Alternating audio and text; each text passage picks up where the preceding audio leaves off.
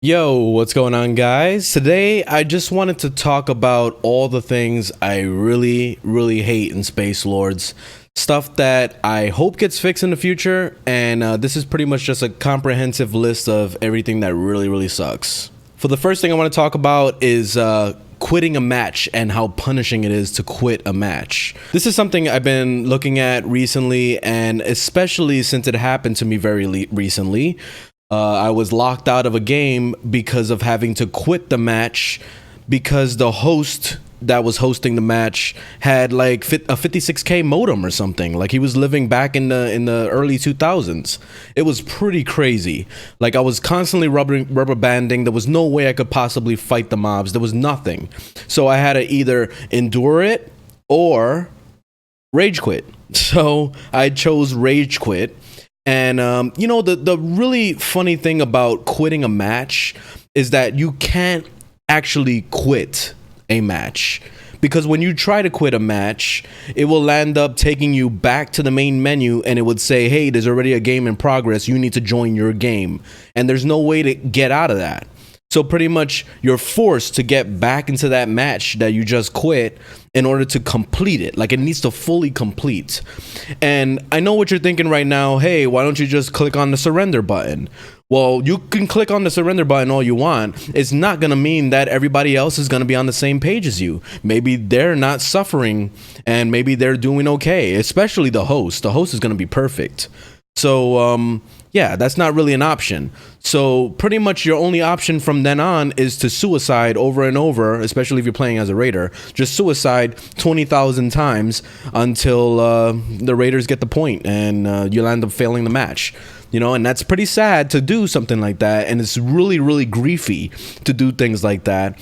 And this is why I'm proposing that you just get rid of that whole system of punishing people for quitting and let them actually quit the match. Let them go quit and join another match if they wanted to. If they're suffering and that's what the problem is, then it's not going to happen that often.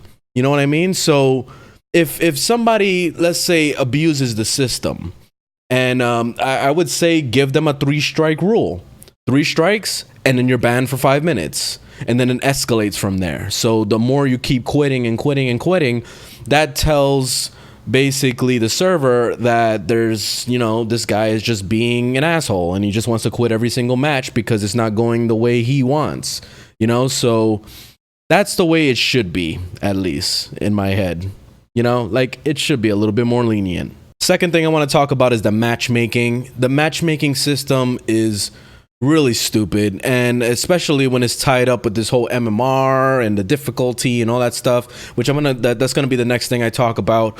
Well, the matchmaking system, it's trying really hard to find people that are related to you, you know, have the same kind of difficulty and all that stuff. The problem is there's not enough people playing this game for the matchmaking to really truly find people that are the same difficulty as you. So it's going to spend a lot of time trying to find. It's just going to keep going, and you're going to be there for 15, 20 minutes trying to find a match, and then it's finally going to find a match, and it throws you with people that are brand new to the game, that never played the game before. You know, so the whole matchmaking system needs to be reworked, or even just taken out completely, at least until the player base picks up. Once the player base picks up, you can go ahead and put the matchmaking back in. The third thing is MMR. This whole system is too random, too stupid. Completely, the whole entire score system and the way it's played, pretty much like the only way for this to properly give you the score that you want, let's say you're trying to get a 10 out of 10 in all the missions, the only way you can make that happen is if you lower your MMR, which to lower your MMR, you're going to have to lose a lot of matches. So a lot of antagonists, they would log in, they would just put like an auto clicker, whatever, just to make it seem like you're still online and playing, even though you're not. And they'll go do some other stuff while the mission fails. So basically, they're just throwing it over and over and over until they lower their MMR so that they could be able to get higher scores as a raider, because they're technically like low-level players. You know what I mean? Like, it's pretty much like it's trying to act like because, oh, you're newer to the game because your difficulty is very low. That means we're trying to be more lenient with you, you know, and it's such a stupid system. The whole MMR system just needs to go away. The scoring system also tied to how the monthly reward works, that needs to be fixed also, because the monthly rewards are pretty much impossible to get to the very, very tippity top of it. Because in order to get to the very tippity top of the whole monthly reward, you have to get a 10.3 out of 10 on every single mission as a raider and an antagonist. Like, how crazy of an expectation is this? This is literally like my last job at Disney, where they expected us to have the highest quality of calls, the highest quality of customers coming in and giving me a number, like a 5 out of 5. If I don't get a 5 out of 5 for the entire month out of thousands of people I talk to, that means I'm a fucking loser. And that's pretty much how this system treats you. You're not getting a 10.3 out of 10 on every single mission. You're a fucking loser. And that's pretty much what it is. Like, I really hate the whole MMR system. It needs to go away. Period. Number 4, the cutscenes are not truly skippable. And what I mean by this is that you'll press F on the keyboard, or if you're playing on the Xbox, it's probably different. You press the button to skip it. If one person decides they want to watch it, it's going to force you to watch it.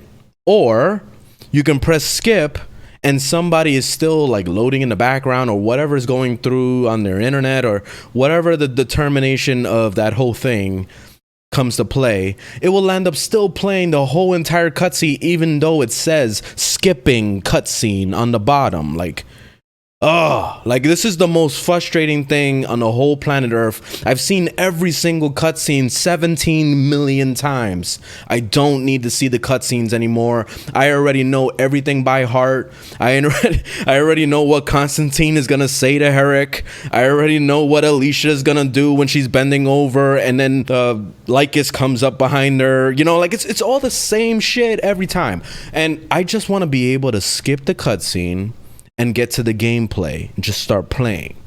So this is something that I wish was in the game, was the ability to just skip the cutscene and just start playing by myself. And then whenever everybody else logs in and starts, you know, finishes their cutscene, because they can go ahead and watch the cutscene, it's fine.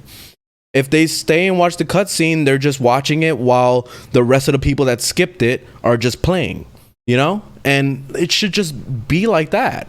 You know, and the same thing goes with the actual matchmaking. The matchmaking, I wish this matchmaking system was more like Warframe, where you can actually load up a mission and start playing right away. If there's nobody actually host and there's not enough people to fill that mission, then it should just be able to load you in by yourself. You start playing. The matchmaking is looking for people, and then they will join you, you know, in the middle of your mission. Same thing goes for an antagonist. If an antagonist queues for the mission, it should just look for missions that are either already in progress, or if you want to start it from the beginning, you have an option to do that. You know, that's the way it should be.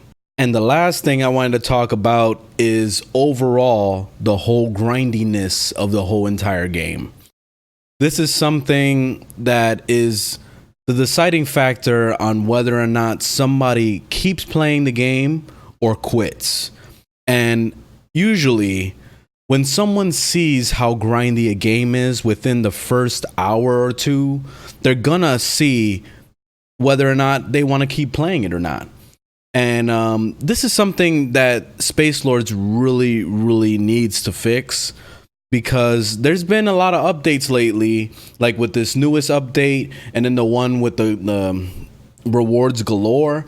That was good changes, but it's very half-assed. Like, there's something missing. It's like the Mercurysteam is really looking at it and probably thinking, hey, we need to keep this grindy because this is the only way that people are going to keep playing our game. But in reality, it should be the total opposite of thinking. It should be that it's not as grindy, and it's a little bit easier to get gold. It's a little bit easier for you to craft weapons. All these things need to be less time consuming. And the new system of being able to craft your cards and like fine tune your weapons with different build sets is really cool. I love that concept. It works great. But the grindiness really shows in this, because collecting the pieces are going to take you months. Like it's not something that can happen in the same day. It's not like I can play for 8 hours that day and really grind out to get a couple weapons. You know what I mean? And that, you see what I said right there? I was playing for 8 hours and I wanted to get at least 2 weapons, you know? Like, this game needs to be rewarding in the fact that when you play the game, you're constantly getting things and you're constantly like working towards a goal. For example, I'm not proud to say this, but I have almost 2,000 hours clocked on Warframe, and there's a reason for this.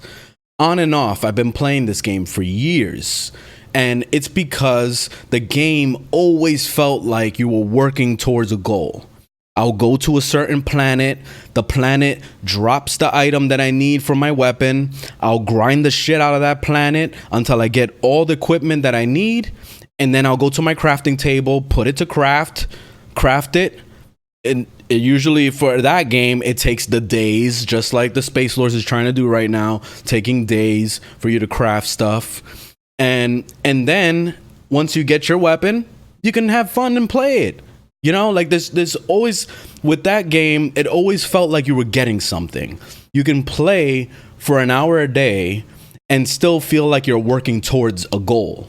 In Spacelords, you can play for an hour, only get 2 missions done because you're waiting in queues and you're waiting around and then you finally get in a mission and an antagonist beats the fuck out of you and you lose.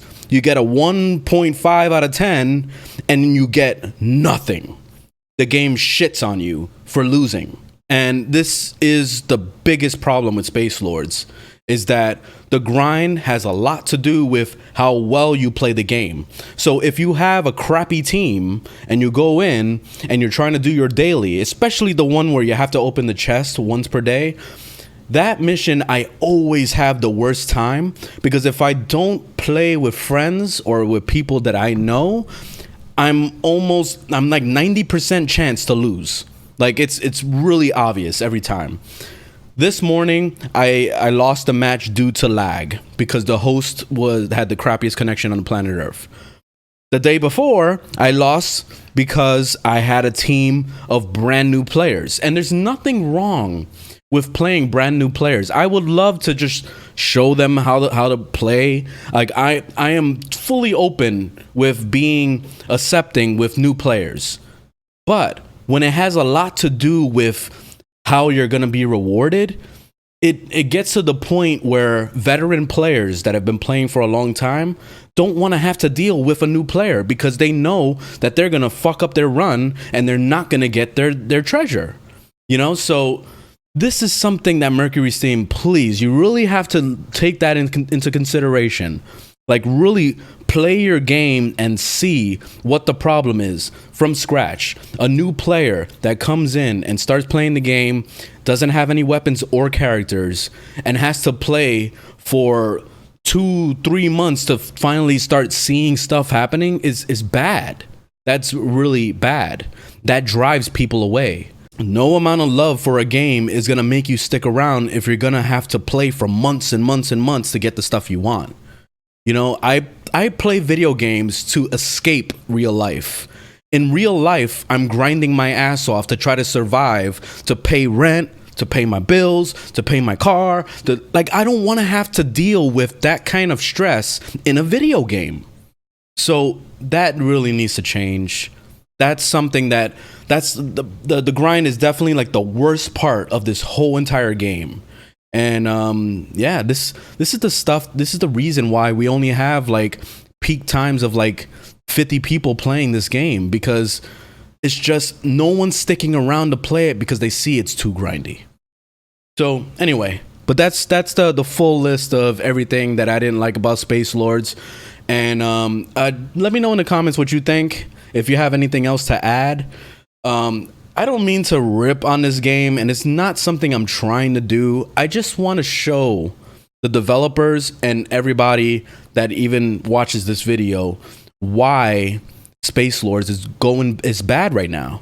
And this is something that I hope can slowly be fixed. I know it's a process, and I know it's going to be a while, but hopefully they stick around and long enough to be able to actually see this all change. You know, like I'm worried, honestly. Like I feel like at any moment the servers could be shut down, you know? So I don't know. But anyway, thanks for watching. Leave a thumbs up if you liked the video, thumbs down if you didn't, and I'll see you in the next video. Later, guys.